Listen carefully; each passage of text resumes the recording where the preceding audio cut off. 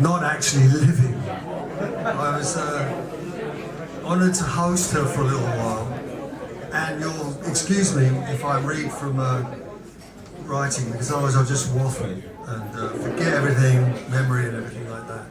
And this is a highly edited version of what may get published at some point. I hosted Nico for a while, so there were some adventures involving that, so I'll just go straight into it, really. When it comes to the fade out, turn up the volume. An icon was sitting in my flat. It was the early hours of the morning, as usual, and she was demanding something, and I was obliging, as usual. It was October 1978. Her name was Krista Pafkin, better known as Nico, and she was wearing her perpetual sulky expression, scaring me just a little. We were listening to Wild is the Wind from David Bowie's Station to Station album, as we had done almost every night when she came in from wherever. Nico was giving instructions again as the track drew to its close. She loved the way the band cooked at the end, and she always wanted to hear as much of the fade as possible. I turned the volume dial up as the track faded. She asked me more than once to set up my drums, which were in their cases in another room. She wanted some live drumming to go along with the track, and she wanted it now. I had to explain about the neighbours, the late hour, the whole inconvenience of it. She didn't get it. Relations with my immediate neighbours had not been good regarding noise levels lately, which made me generally not play records late at this hour. Nico's eyes told me she understood my position, but couldn't bring herself to care. I've got to not look up so much because I lose my phone. First, how did I happen to be entertaining this living legend in my flat? My wife, my first wife, who by the way will remain anonymous, and she's not here, was working for the up-and-coming young Bristolian band The Pop Group, and their manager, who we called Disco. They had a gig booked for October 12th at Camden Electric Ballroom, and they wanted Nico on the bill. Disco had to fix it, and in the process, fixed up for Nico to support on part of the Susie and the Banshees tour. At this time, Nico lived in Paris, and most of her business dealings were handled by some people there. She had an exclusive arrangement with someone, and Disco got himself very much distrusted by these people in Paris for what he was doing, or were their deeper rumblings. Paris was always a place known for the ease with which an addict could find opiates, and Nico was a long-term heroin junkie, a fact that would prove to present its own unique difficulties in England. Disco had asked my wife if we could put Nico up for a while. My wife was, after all, working with the group that were bringing Nico over because they admired her and that whole Velvets thing. They had previously brought John Cale over from the States to produce some tracks, and that had been a disaster and another story. We met Nico at the Pop Group office in Pimlico. She was picked up and brought directly from the airport. We waited, baited with apprehension. Suddenly this ghost glided into the office. She was tall, wearing what we came to know as her trademark look, a long black cloak and a withering sulk that in a second told you that here was a human being who did not smile out of politeness. She made one feel as if meeting you had not been on her agenda. Awkward would describe the meeting, but not nearly enough. And she really looked pale and lost. Probably she was thinking, what am I doing here with these people, to be fair? We all went to see Nico open for Susie and the Banshees in a huge, boring hall called Hemel Hempstead Pavilion. This was the height of punk, and the audience was made up entirely of teenagers brightly coloured on the outside. Fuck all going on inside. And certainly ignorant of Nico or the Velvet Underground, in what was a brittle irony, as here was one of the very people who had helped write the rule book of what they thought they represented. They didn't listen, they mostly spat. Provincial boneheads, they didn't even deserve the Banshees. It was I like the Banshees, by the way.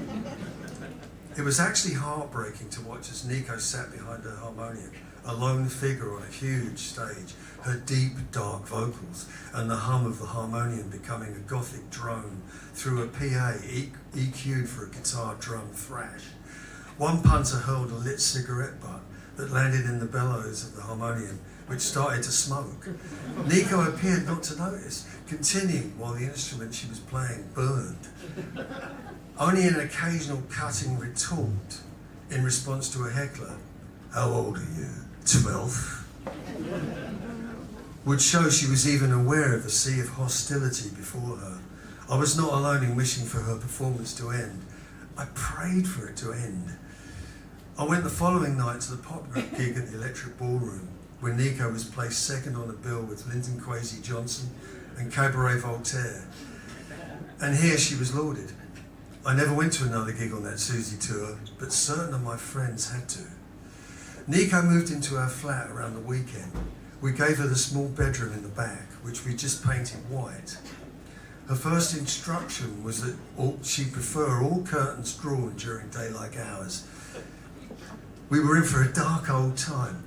Next morning, my wife heard Nico stirring and greeted the darkened room with, "Want a cup of tea, Nico?"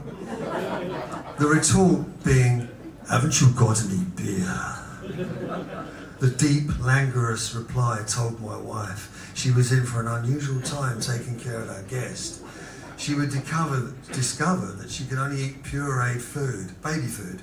Her favourite was mashed potato and spinach. She said it was all her system would process. The main concern in taking care of Nico was the supply of heroin. Disco had, outside of his remit, undertaken the task of trying to score skag unsuccessfully.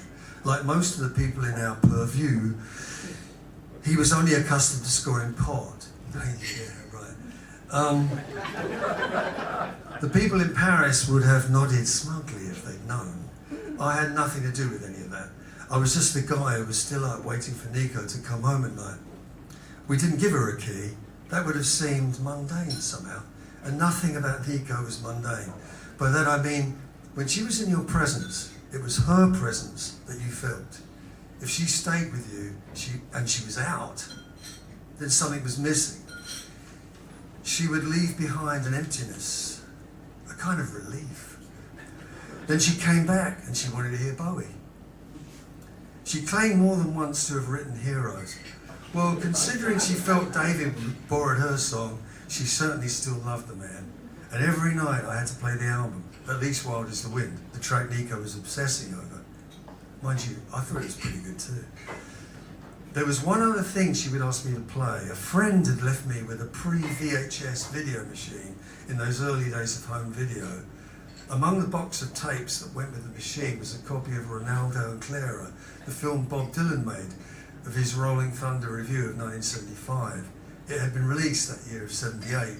It contained vignettes of Sarah Villain and Joan Baez with some real actors, and mainly Dylan in full-face white makeup.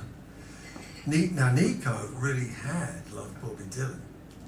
She told me about the song he wrote for her, I'll Keep You in Mind. There was something sadly yearning in Nico's desire to connect with past friends and lovers. She'd ask me to run the video, and she would say, "Look at him, he's so beautiful, he looks so ill." Her pronunciation of the word ill was like eel. I never knew if she actually realised Bob was wearing white makeup, or she just preferred to think of him as being pale. To me, he always was weedy and sickly looking, kind of grubby. Hey, I'm a Dylan fan as well. As the days and nights passed, Nico would come in after being out for the evening. My wife would have gone to bed, and I would avail myself for Nico's tales of woe. Mostly they were about the lack of heroin, or the lack of good heroin. She came home once when my wife was still up and complained about the stuff that had been acquired for her. "It's sugar mostly. Here, try it." "No thanks, Nico." Once, she told me she'd met an old friend. I never knew who it was, but he was an old beau, and he was in London. She told me that it had been a nice evening, but it ended up with him wanting sex. She shook her head, dismayed, couldn't figure it. I don't do that sort of thing now. I now know, but not sure if I knew then, some things are lost in memory. Nico's 40th birthday was on one of the days she came home late like this, October 16th. I also knew now that it was a full moon, and it was a Monday. Did we play Wild as the Wind, or did we run Ronaldo and Clara? Whatever. I didn't play my drums, and we didn't drink champagne. At some point, some gigs on that fateful tour meant Nico had to leave us to go to the West Country. An old friend of mine and Disco's, Bob, who lived in Wales, took over the reins. Nightly, he cut chewing gum that had been spat from the audience out of Nico's hair after the Susie gigs. Tried to find places to eat in a 70s England still shut after 11 o'clock. And in Bristol, got some welcome help from members of the pop group. This included searching for Skag. I told my wife, this is a sad part. Don't forget, she was involved where I wasn't. I didn't want Nico back at the flat after the West Country jaunt. I kicked her out, but I couldn't do it personally. She returned to get her stuff, I was out. And she said to my wife, how can you live with him? She must have thought I was heartless, and my wife must have warmed so much to Nico to have to tell her it was me who wanted her out. They, unbeknownst to me at the time, had a long chat which led to Nico being taken to a clinic under the Westway at Ladbroke Grove to try and arrange a cure program for her, these days known as rehab, and told her that if she did not go ahead with it, she had to leave and go back to Paris. Someone must have told my wife to say that. She went along and my wife sat with her and the doctor.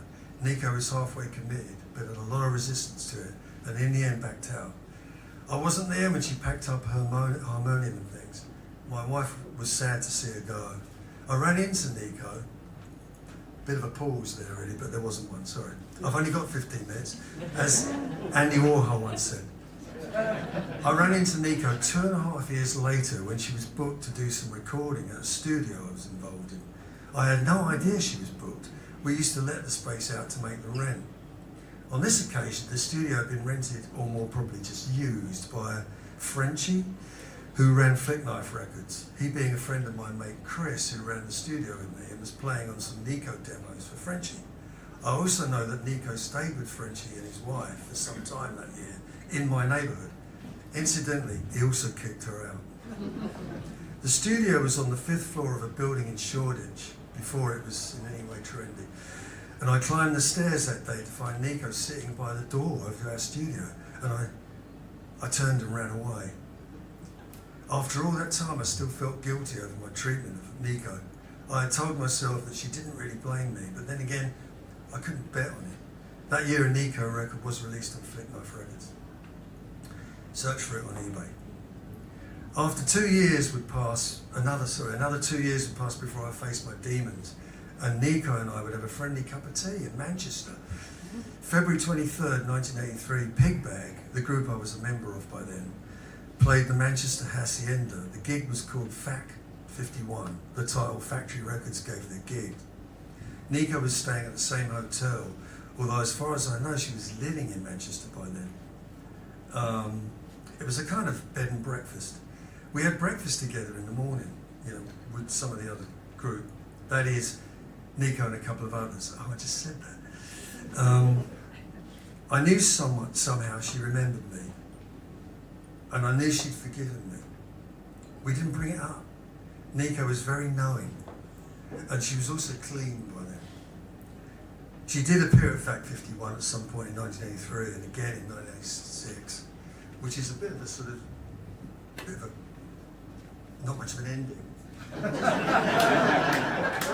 Although, yeah, I just want to this is a photograph taken at a pub in what's called Notting Dale, West End, and it's called the Britannia.